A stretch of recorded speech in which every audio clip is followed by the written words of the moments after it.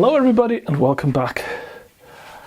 This here's my little light, almost silent mobile compressor, and it's neither of those things. It's actually really heavy and it is really loud, and it's also really broken now.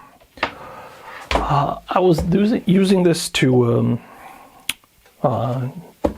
change the wheels on my truck, and it just quit working, and when I got back to it, it was really hot and not doing anything. So I think it's pretty much toast. So why not have a look inside and see what died? Because as far as I can tell, the motor is not spinning, so it's probably got something to do with either the thing throwing the rod or something falling into the intake, something like that. So should be interesting. So let's crack her open.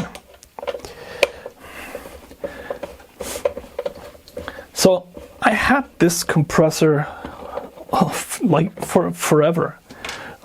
It's a 2006 model, but actually I had it before that because I got it on a warranty deal once before, because I think the switch assembly broke on the one that I had first. So although I bought it once, this is the second model, and I had this one in to get fixed once before, but now they're telling me it's they're no longer going to fix it.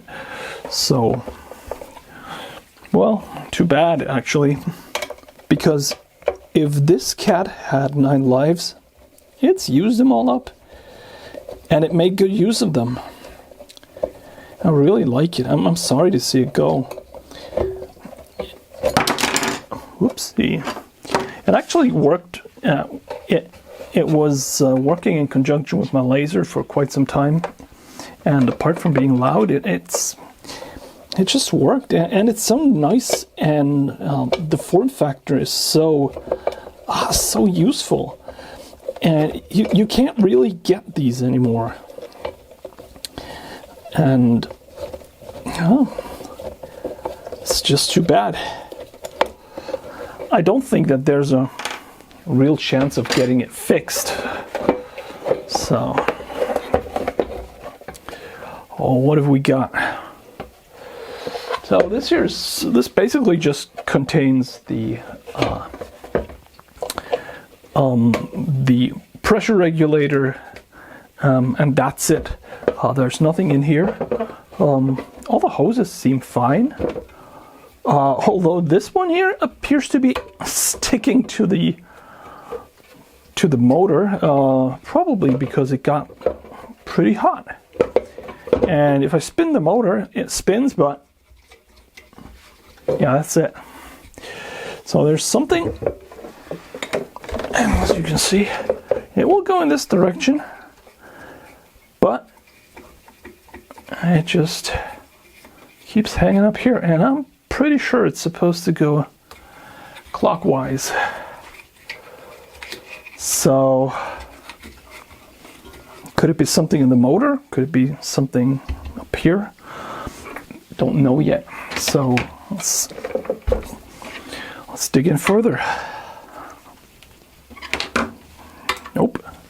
Nope. And then it must be this one.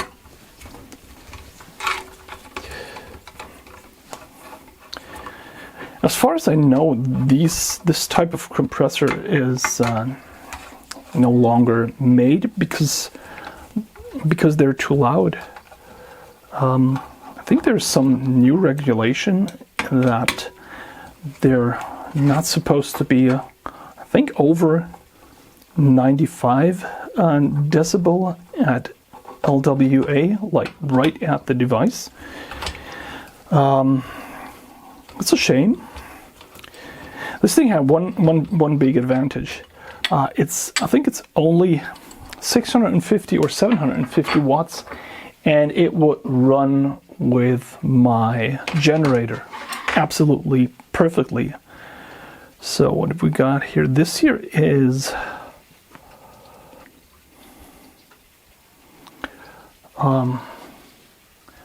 this is a valve. It lets in air coming from the intake down to the cylinder, and then there are these little, it's basically like a reed valve. It just snaps open and air can get in there and it won't get back. What we can also see is that there's a little bit of greasy schmoo in there, but it doesn't look bad at all.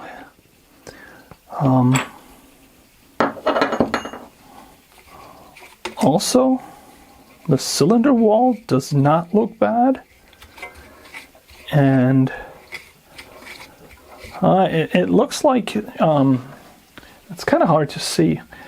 There is a sleeve in here, so the outside of the outside of the compressor is aluminium, and there is a stainless steel sleeve in here. I'm not going to pull it out right now. Maybe when we move in from the other side to see what's going on in the crankcase, we can see what's happening here. But I think there's something wrong with the sleeve, because it's actually moving up and down when I'm moving the cylinder. Well, maybe this thing is fixable. I don't know yet. Well, let's keep digging in. I'll get this turned around. So, before I start digging in further, let's have a look at this this residue in here. It's just grease. There are no shavings or metal in there. It appears to be just plain grease. These compressors are oil-free, so it means that you do not have oil in the crankcase and you don't need to add oil, and oil doesn't get into the air that it's producing, which is pretty important if you're doing like airbrushing or painting, or if you have tools that are not supposed to get any oil. Then you don't need an oil strainer, and you just need a water strainer. And for tools where you do need oil, you need an oiler in the line, or an oiler right next to the tool. So if you're going out to buy one of these, make sure you get the right tools, and make sure that whatever you get, if it needs oil, you need to provide it.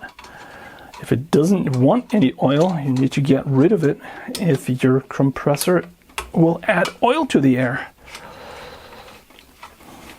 Also, of course, you should always spend enough time emptying out the air tank, because humidity will just settle out in there, and you don't want your tank to rust out from the inside. Nasty things are known to happen when things like that go wrong.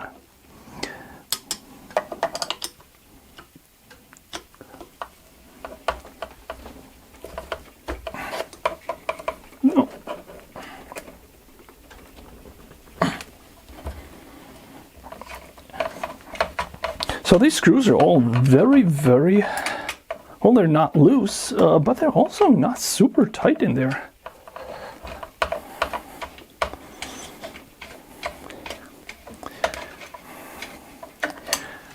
Let's see if we can pull this.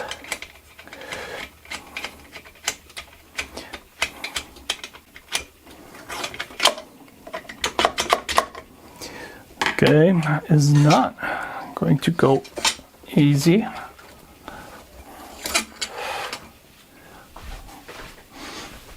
Let's open up our pressure switch.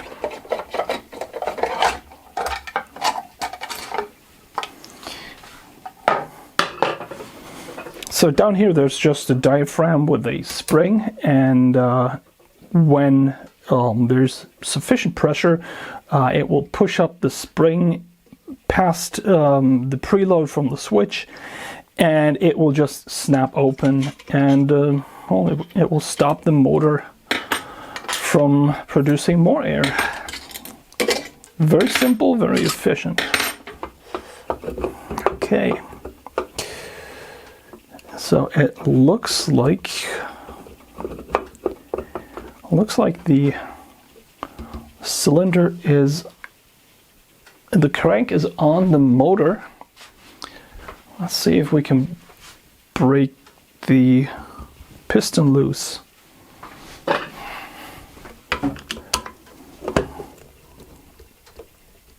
Ooh. No. I need to get better tools. I'll be back. Okay, I have a bit that should actually fit in here pretty well. Small ratchet. I'm gonna put the piston atop that center and just give it a slight whack. And let's see if she comes. Yes.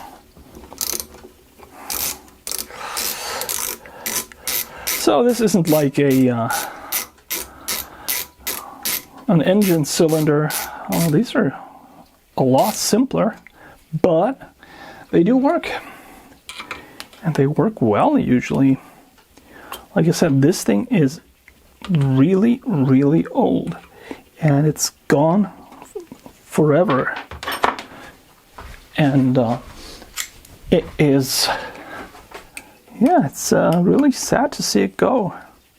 So here we have the cylinder, basically the cylinder top. The bottom of the cylinder is just aluminium. This here usually is some type of steel because it gets hotter, and also there is some grease in between here which will slowly work its way to the outside and actually help in greasing the gasket that is right below here. So that is actually helping it live longer. And this also doesn't look bad.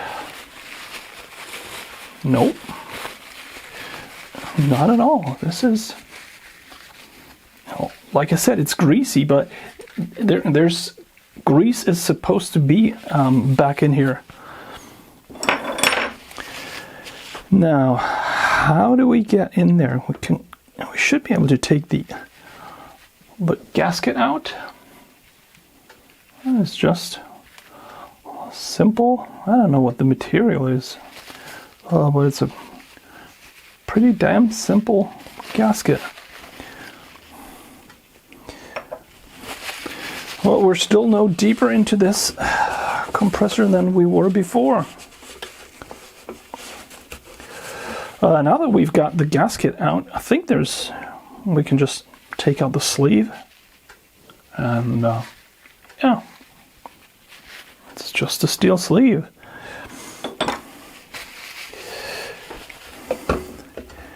And now this thing just comes apart, and we see that we see nothing. So why isn't this thing spinning backwards or forward, or why doesn't it complete a full revolution?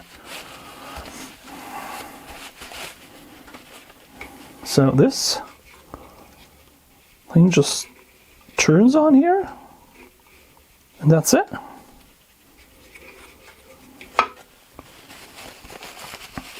There is some residue and grease on here, but I don't think that has anything to do with it not spinning. And right now, I was going to say right now the motor is perfectly free, but it's not. So it's the motor that, yeah, it's the motor that's broken. How about that?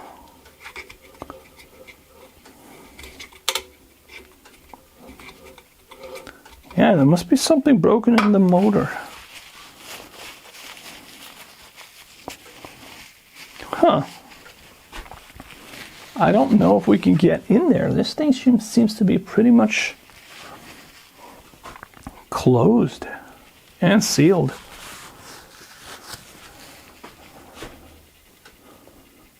Oh, that's unfortunate.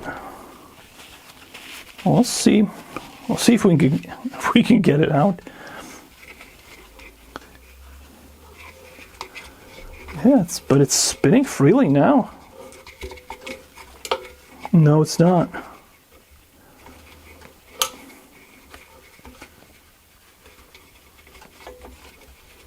There's something in there that binds. Ooh. Let's see if we can take the center drive out. Maybe with this one.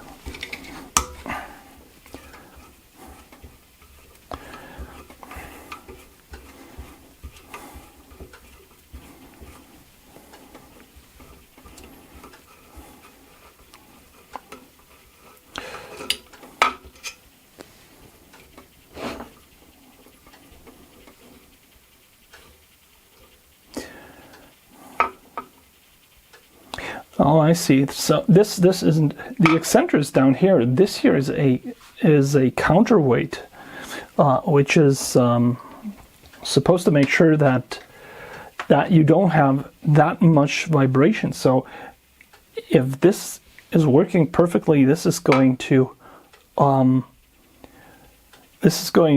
absorb some of the vibration coming from the piston, as well as the drag coming from the compression stroke. Well, it just has one compression stroke, so it absorbs whatever gets built up when it's compressing.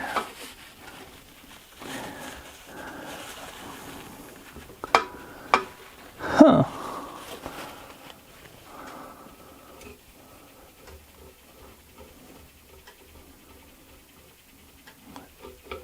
Interesting.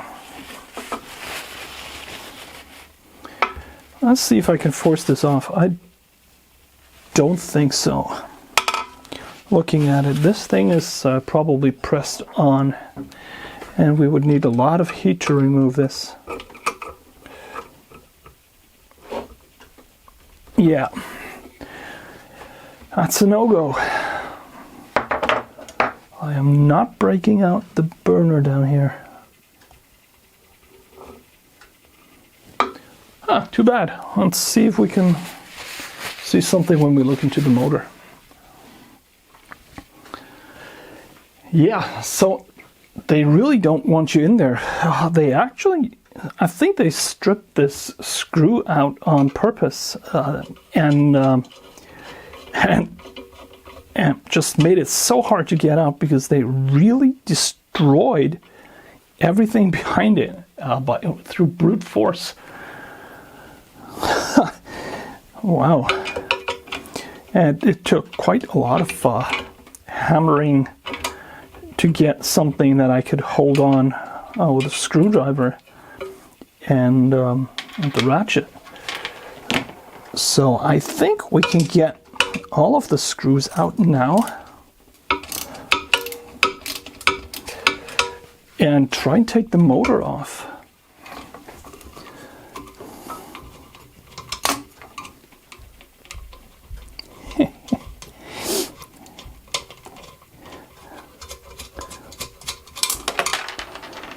Okay,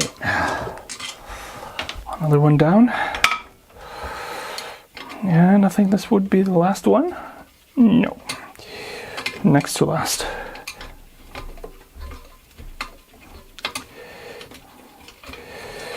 When I bought this wasn't cheap. Nowadays you get one of those silent compressors for like $100 or so. Yeah, but these things were expensive. They were like, I don't know, this was more than $200 back then. And it's smaller. It's got way less volume per time. The new one that I have supposedly has 140 liters per minute, making it suitable for spray painting and stuff. This thing had just, I think, 90. And then the new ones are really silent. They have these Chinese-built silent compressors, and yeah, if they don't go wrong, they are really great. So now here we have the motor.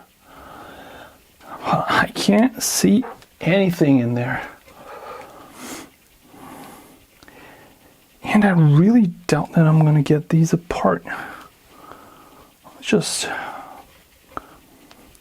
tons of coil in there, but apart from that, there's nothing that's going to come off. This thing was not made to be opened again. What a bummer. I would really like to find out what made its way in there, because right now I can spin that motor like forever, and now it's caught it. Oh, it's caught again. So I think something came off inside the motor and is now wedged somewhere in there. I don't think it's a bearing or so. I think it's more or less something that has to do with the rotor. It's really too bad.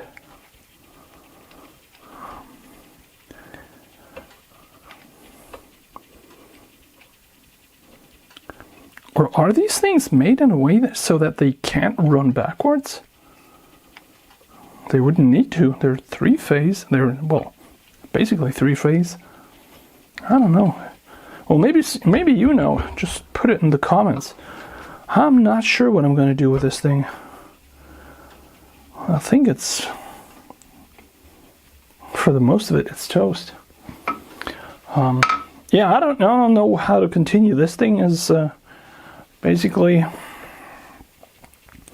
that's as far as I can get, and I'm pretty sure they're not going to sell me another motor for this.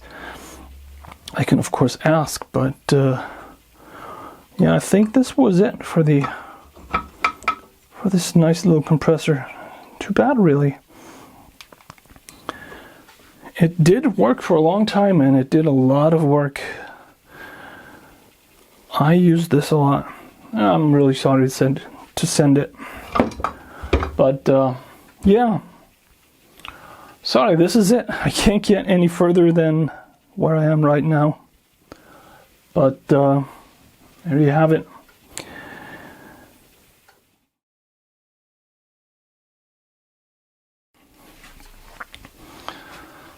Yeah, well, I wasn't gonna leave you hanging like that, right? So I used the Truth Finder 2000 and gave this thing a few hearty taps, and yeah, she split. Now we know what's broken. This thing will freely spin into one direction, but it will frequently catch in the other. Yeah, that's here we go. So it's the backside bearing. Unfortunately,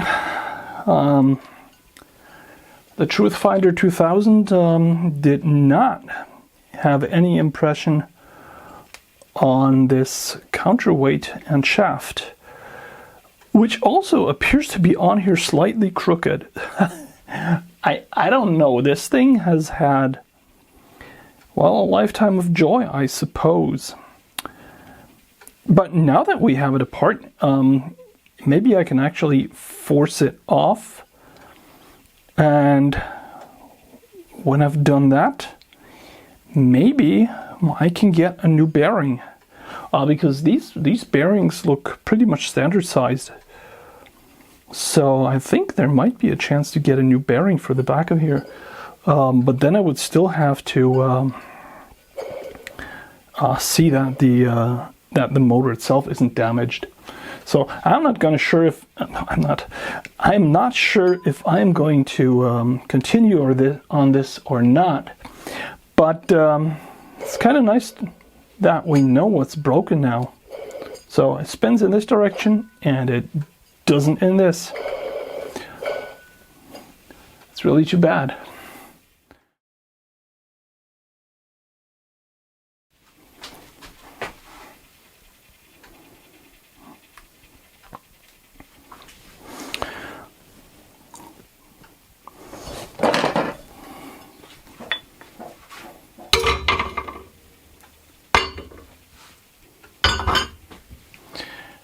There we got it.